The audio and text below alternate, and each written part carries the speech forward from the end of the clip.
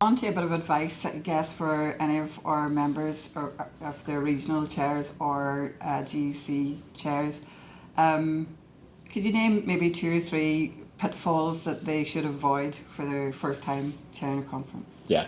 First one, as I say, is try not to panic and try not to be too methodical about it. You need to be well prepared. You need to be, you absolutely do. You need to be prepared. You need to be, well versed in what you're dealing with in terms of your rule book and your constitution. But you also need to bring your personality. So the first thing is be yourself. That's number one. Number two, don't think you can speak on behalf of every comment that's made, or there will be times when you have to make a comment. There'll be times when you have to respond to something that is either asked of you or is said. If somebody, for example, says something that they shouldn't and it's against the PCS rules, you have to remind conference of behaviours or whatever. But don't feel you need to. People, you're not there to speak to conference. Yeah. You're there to make sure they're smooth running. So that's the second thing. And probably the third thing is the preparation. Make sure that actually you understand the agenda, the order that it's meant to be in.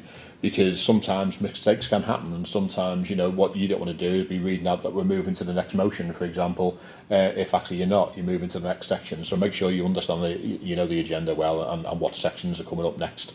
And if you do that, then you can't really go far wrong. Thanks. And so what would the habits of the most effective chairs that you've seen, what would those habits be that those chairs possess? And then what are the small things that chairs could do that make the biggest difference? Yeah.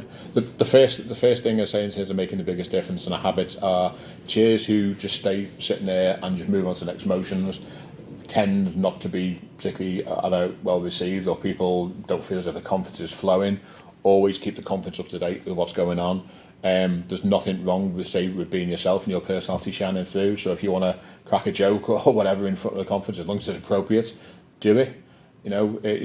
Make sure that people actually feel as if they're part of, yes, an important event, but they're also, many of the people there on annual leave in their own time. Make sure they're also enjoying it as well. You can have a bit of banter, for example. So be yourself, bring your personality to it, and just make sure that people understand that they're in a safe environment as well, which is actually key. And finally, Martin, before you chaired your first big conference, what piece of advice do you wish someone maybe had have given you? Well, first one is don't get hungover the night before. That's probably the first bit. But no, seriously, I mean, the bit of advice that I wish I had chairing at the very first one, which probably would have been the group conference, probably what was to actually don't feel as if you need to be, you're not ruling the conference, you're not sort of trying to stamp your authority in a conference. What you're trying to do is make sure a smooth running of the conference. So always listen to people with more experience than you.